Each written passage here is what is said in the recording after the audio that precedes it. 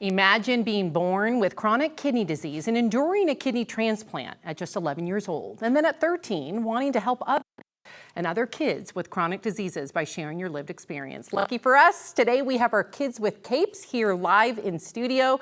Please welcome Carlos de Romano. Carlos, yay! I'm so happy that you're here. You're our first Kids with Capes in studio. So you're also a pioneer.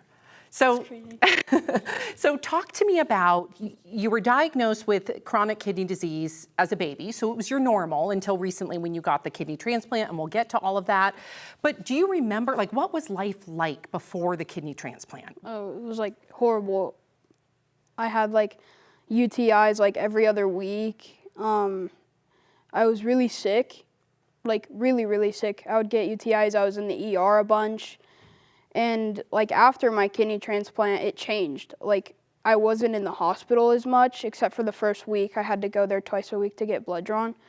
But other than that, I was completely fine, and life just went up from there. Wow. Okay, so definitely a big shift after you got the kidney donation. When you found out that you were going to get a new kidney, was it one kidney when you were going to get a new kidney? Were you nervous? Were you scared? Tell me about all the emotions that you had. I mean, like a few weeks out, I was like completely fine, not worried at all. Maybe first 5 days before the surgery, that's when like the nerves started to kick in. And then the night we headed to the hospital, and then the next morning, I was like, this can't be that bad. And they took me into surgery at like 4 p.m. I can clearly remember this day. It was huge, but they took me in at like 4 p.m. and I came out at like, 8 p.m., 7 p.m. Wow. And I was like somewhere, it was dark outside. I was in a room in the ICU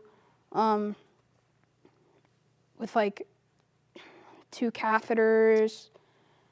It was crazy. You've overcome a lot in your short years. And what really inspired me about you is you wanted to give oh, look at you as a baby. I'm getting emotional. Your mom's here. There's Old Man Saxon, by the way. We're going to hear about Old Man Saxon, who wrote a song about you with Sing Me a Story, the organization. That's coming up after the break, you guys. And then look at you in the hospital. So what inspired me about you is that you wanted to take the opportunity to give some advice to other kids your age or teens that are also going through chronic illnesses. Yeah. So what advice could you give someone?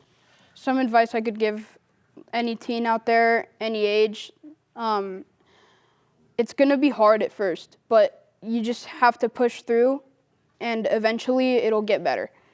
You just have to push through. Yep.